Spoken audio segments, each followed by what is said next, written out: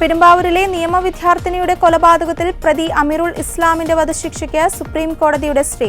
കേരള ഹൈക്കോടതിയുടെ വിധിക്കെതിരെ അമീറുൽ ഇസ്ലാം നൽകിയ ഹർജിയിലാണ് സുപ്രീം കോടതിയുടെ ഉത്തരവ്. ജസ്റ്റിസ് BR ഗവായി അധ്യക്ഷനും സഞ്ജയ് കരോൾ, KB വിശ്വനാഥൻ എന്നിവർ അംഗങ്ങളുമായ ബെഞ്ചാണ് ഹർജി തീർപ്പാക്കുന്നതുവരെ വധശിക്ഷ സ്റ്റേ ചെയ്തത്. പ്രതിയുടെ മനഃശാസ്ത്ര സ്വഭാവ സർട്ടിഫിക്കറ്റ് ഹാജരാക്കാനും കോടതി നിർദ്ദേശിച്ചു.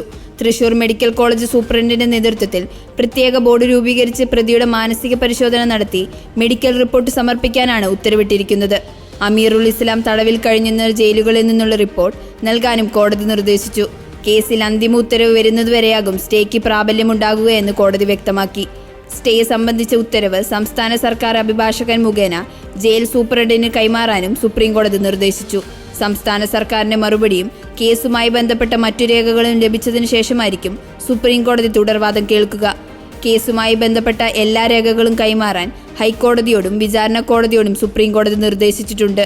കുറ്റകൃത്യം അപൂർവങ്ങളിൽ അത്യപൂർവമാണെന്നും വിലയിരുത്തിയ വധശിക്ഷ ശരിവെച്ച് ഹൈക്കോടതി നടപടി ചോദ്യം ചെയ്താണ് പ്രതി സുപ്രീം കോടതിയിൽ ഹർജി നൽകിയത്. പ്രതി കുറ്റക്കാരനാണെന്ന് വിചാരണ കോടതി കണ്ടെത്തിയത് അനുമാനങ്ങളെ അടിസ്ഥാനമാക്കിയാണെന്ന് അഡ്വക്കേറ്റ് ശ്രീറാം പറക്കാട്ട് വഴി സമർപ്പിച്ച ഹർജിയിൽ പറയുന്നു. അനുമാനങ്ങൾക്ക് നിയമത്തിൽ നിലനിൽപ്പില്ല.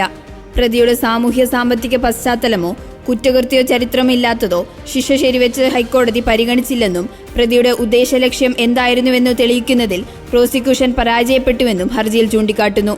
2016 ഏപ്രിൽ 28-നാണ് യുവതിയെ പീഡനത്തിനിരയായി കൊല്ലപ്പെട്ട നിലയിൽ പെരുമ്പാവൂരിലെ വീട്ടിൽ കണ്ടെത്തിയത്.